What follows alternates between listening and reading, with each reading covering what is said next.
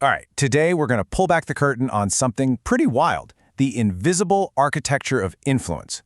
We're talking about those subtle, psychological forces that guide our decisions every single day, most of the time without us even having a clue.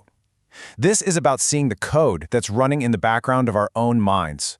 So let me ask you something right off the bat. Think about the last thing you watched online, the last thing you bought, maybe even the last person you really wanted to impress. Was that choice truly 100% yours? Or was it maybe guided by a bit of an invisible hand?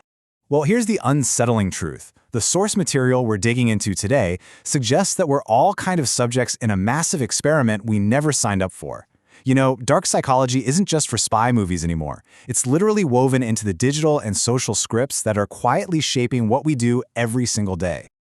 But look, this isn't about getting all paranoid. This is about awareness. It's about finally understanding the hidden why behind what we all do. So let's start decoding those signals, beginning with the place we probably spend most of our time. First up, our screens. You've got to understand this is the world's largest psychological laboratory. And guess what? We're all participants. We're going to look at the specific tricks they use to hijack your brain's reward system and basically keep you locked in. Okay, so here's the mind-bending part. It's not the funny video that actually hooks you. It's the anticipation of a funny video. It's the possibility of a reward. And the algorithms? They know this inside and out. Every notification, every single juicy thumbnail is designed to spike your dopamine with that addictive little promise of what might come next. And what happens? Well, it's pretty clever and kind of sinister. Your natural, healthy curiosity gets weaponized. It turns into a compulsion. You just keep scrolling and scrolling, chasing that maybe, the next hit, the next laugh, the next bit of outrage, and you're caught in the trap before you even know what you're looking for. Now, take that exact same dopamine chasing mechanism and apply it directly to people. When someone gives you attention, but it's totally unpredictable, like they text back instantly one day, then go silent for two, it creates a powerful, addictive loop. You see what's happening, right? Your brain gets hooked on those unpredictable little hits of validation, just like playing a slot machine. A simple desire for connection gets twisted into this anxious game of cat and mouse. And before you know it, you value their fleeting attention way more than your own peace of mind.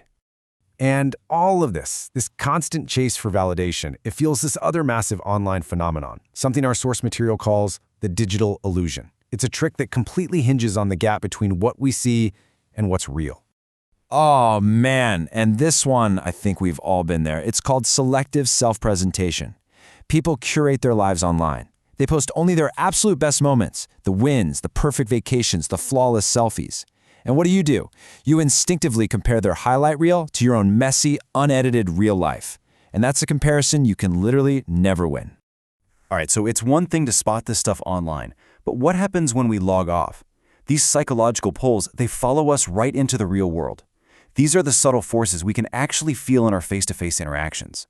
This one is called the spotlight effect, and it totally plays on that deep, nagging fear we all have that everyone is constantly watching and judging us. By making you feel like you're always on stage, it puts this immense pressure on you to just conform, to fit in, to avoid that imaginary judgment. And you know what the end result is, don't you?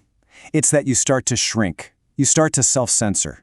You trade your authentic self for a little bit of social approval, and you start valuing what they might think way more than what you actually know to be true.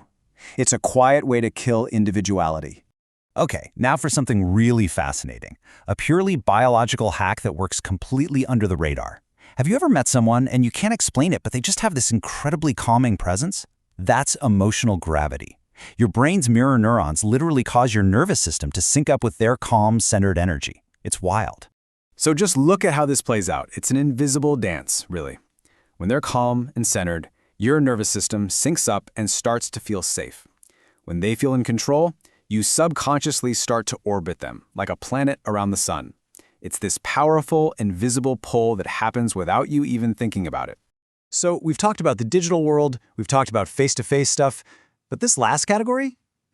This might be the sneakiest of them all. These are the tricks that don't just mess with you in the moment. They hijack your future, your ambition, and they can keep you from ever really going after your goals. This is a strange one. It's basically feeling successful by watching someone else succeed.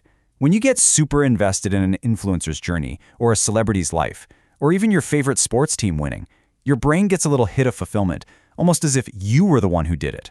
And here's the really insidious part, right? That secondhand success can be just enough to quiet down your own ambition. It tricks you into staying a consumer, a fan, an observer, instead of being a creator in your own life. You stop asking the important question, what do I need to do to move myself forward? And that leads us to this next trick, the future stranger. Marketers, influencers, they are absolute masters at this. They sell you this inspiring, perfect vision of who you could be one day. And we get so caught up in planning and dreaming about this perfect future self that we completely forget to do anything today. So what's the trap? We fall in love with one day. We get this false sense of productivity just from dreaming about success or watching videos about it. We end up living permanently in that cozy little gap between intending to do something and actually doing it. Stuck. Okay, so after hearing all of this, you might be thinking, wow, are we just doomed? No, absolutely not. The answer isn't paranoia. The answer is observation. It's about learning to see these forces at play, because once you see them, you can take your power and your attention back. So here's the playbook for taking back control. It's a 3-step process. First, active observation. The next time you feel that pull to scroll or conform or compare, just pause and ask yourself, wait a second, why am I feeling this? What script is running right now? That leads you to step 2, meta-awareness. The amazing ability to see the game without getting emotionally sucked into it. And from there, you can cultivate internal calm. That's true confidence, the kind that comes from inside you, not from outside approval. Which brings us to the core lesson of this entire explainer. Real power in this crazy modern world isn't about getting more attention. It's not about being the loudest person in the room. It's about clarity. It's about being the one who sees the invisible scripts that are trying to run the show. And so I'll leave you with this final thought. Now that you can start to see these patterns, now that you can recognize the scripts, you have a real choice. You can keep on being a character in someone else's story, or you can pick up the pen and start writing your own. The choice, as always, is yours.